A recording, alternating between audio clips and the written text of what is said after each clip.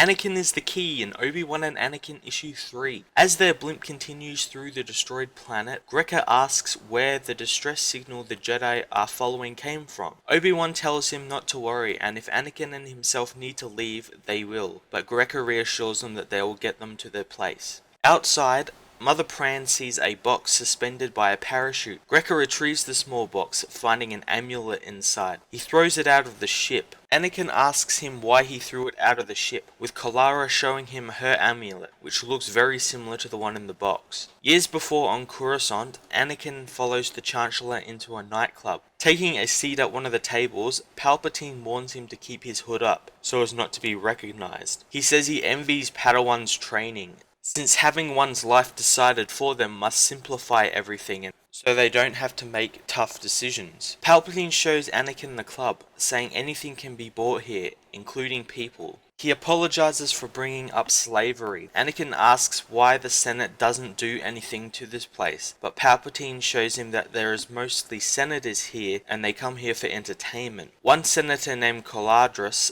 uses money from the planets he controls to gamble with. If the senator begins to lose, his greed would take over, making him seek bigger bribes, which would leave a trail for the Senate to discover. But the senator is very careful that that does not happen. The senator rolls his dice and loses, causing Palpatine to laugh out loud, prompting the senator and his guards to confront them. Palpatine says that Anakin just told a funny joke. Leaving the club, Palpatine asks if Anakin's Jedi abilities allow him to move objects, such as the dice the senator rolled. Back on the air blimp, Grecker asks Obi-Wan if Anakin is his son, but Obi-Wan tells him about the Jedi and Padawans. Kalara talks to Anakin as he fixes his lightsaber, asking him what Jedi do. Anakin says Jedi help people and bring peace to the galaxy. Obi-Wan tells Grecker that Anakin is important thanks to his powerful abilities and is only training him because he promised his own master on his dying breath. Kalara tells Mother Pran that Anakin can fix things, so he could fix the old machines from the planet. Pran gives Anakin an old droid processor to fix, which he is able to do. Pran says that he could fix the entire planet. She thanks Kalara, saying Anakin is the key and to be ready when the time is right. Outside the ship, fishers begin trying to board it, making Obi-Wan and Grecker ready themselves to fight. Obi-Wan calls for Anakin's help, but Kalara takes his lightsaber, throwing it from the ship. Mother Pran then knocks Anakin out, loading him into an escape blimp. Piloting the blimp, Mother Pran destroys the blimp that Obi-Wan and Grecker are on. So yeah, this was a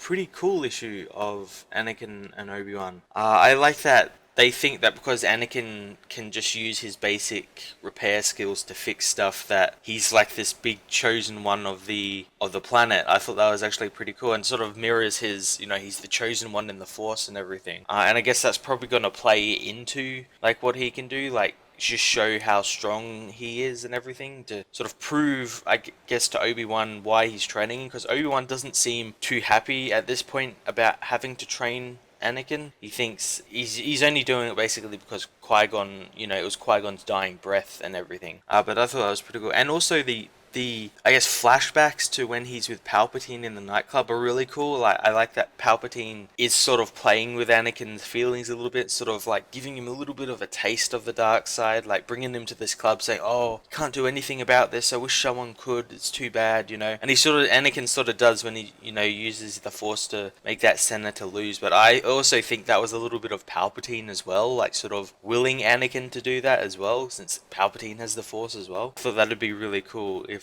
they were doing that. But it's also really cool that they're also building up that relationship that you see in the movies, because that was never built upon in the movies. They were just suddenly friends in episode 2 and 3. There was no explanation, so it's cool that it's sort of building on those movies and effectively making them better as well. That's really cool. I really like that. It's really good when stuff like tie-ins do that. They build upon what is already there, make it even better. But yeah, I'm going to give this comic a 9 out of 10.